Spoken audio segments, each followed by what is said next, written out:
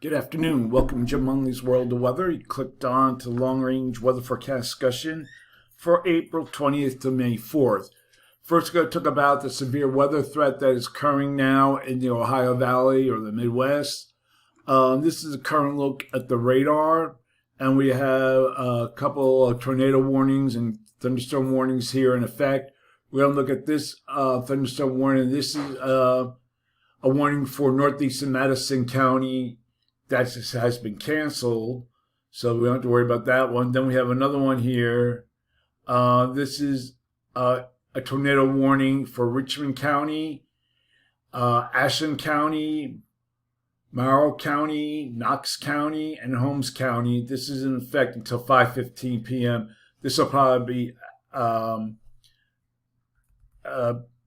be canceled soon. Other thunderstorm warnings here are in effect until 5:30 for Ashland County, some of the same counties, northeastern Crawford County, Knox County, all really the same counties. This is the current radar, and then over here on this screen, this is relative velocity of the winds, like the air coming towards the tornado and going away from the tornado. And here's a confirmed tornado here, 4 miles southwest at Magnetic Springs in Union, Ohio. A tornado touched down. Report a funnel, or you could say it didn't touch a funnel. And then we have a report of a 1-inch rain that has fallen here by Train Spotter in the last 5 minutes. And there's still a lot of active weather here going across this area. So now we're going to go to the models. And this is the amount of energy in the air to enable thunderstorms. This is the GFS. Here's the European. This is the amount of energy here and more like to the south. So we'll be keeping an eye on down here across the southern plains, but not so much here across parts of the Ohio Valley, except for right in this area here. All right. Okay, we're going to get to the forecast. This is for April 20th to 24th, and we'll go to the upper air models. And the blocking that has been current here across Western Canada here, you see the Omega block. That'll be diminishing as we go through the period, and the flow will become more progressive. A ridge forecast over Western Canada. Across the U.S., expect generally a zone of flow with above normal heights. So we go through the days, we come to the 24th. That's what I'm saying. See how the Omega block starts diminishing. We have below normal heights here across Canada, eastern Canada.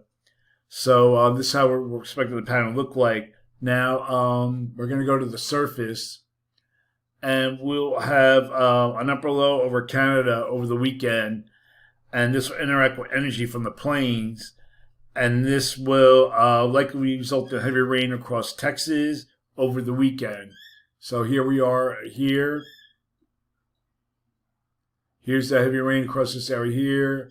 That's the GFS, the European ensembles, and that's the European ensemble, your deterministics, and then the ensembles as you go through the period. And that moisture then spread eastward across southeast, which shouldn't be as severe. So down here across this area, across southern plains, have to watch for flooding. And then Pacific energy across the northern tier early next week. And we'll look at 2021st. And you can see here's our system here. We'll be bringing some rain to the northern plains, Great Lakes, and then into the northeast. And it'll be lesser amounts as it spreads eastward. Okay, we're going to look at the period now for April 25th to 29th. And a trough develops in the west. A ridge builds across. This is in response to a ridge building here over the Pacific. And we have above normal heights across the nation. Otherwise, now we can see here that a trough tries to build towards the northeast. We'll see if that works in. So for this forecast period, I'm calling for above normal temperatures here, and forecast anomalies be near 6 degrees or more above normal, mainly across this area here. Below normal temperatures for this region, with anomalies of 2 to 4 degrees below normal. For precipitation, calling for below normal precipitation for this region here. Probability of occurrence is near 35%. Now we're going to come to the other period. You can notice like yesterday and on Monday, the models weren't in very good agreement as this period, but you can see the GFS now has come around to the other models with the trough here in the west and a ridging current across the east. So that trough doesn't really make it down. Now, another thing, let's see.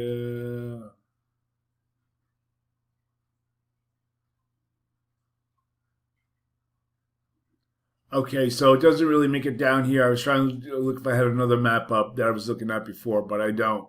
So generally above normal heights here. So then you look at, and then the weeklies are aligned with the other models, and the GFS is inconsistent of bringing a trough into Eastern Asia, as it has been. Often on one day it does, the next day it doesn't, then it does. So heights remain above normal across Eastern Asia. So I'm going to think it's going to be more in line with the European weeklies and the other models with above normal heights in the east. So for this forecast period, I'm calling for below normal temperatures here, and I'm calling for anomalies to be about 2 to 4 degrees below normal, above normal temperatures here, with the anomalies near 8 degrees above normal. And for precipitation, still calling for above normal precipitation here. Probability of occurrence is 35%. And we have below normal precipitation here. Probability of occurrence is near 35%. So that's the long-range weather forecast discussion for April 28th and May 4th. Thanks for coming to Jim Munley's World of Weather, and have a good day.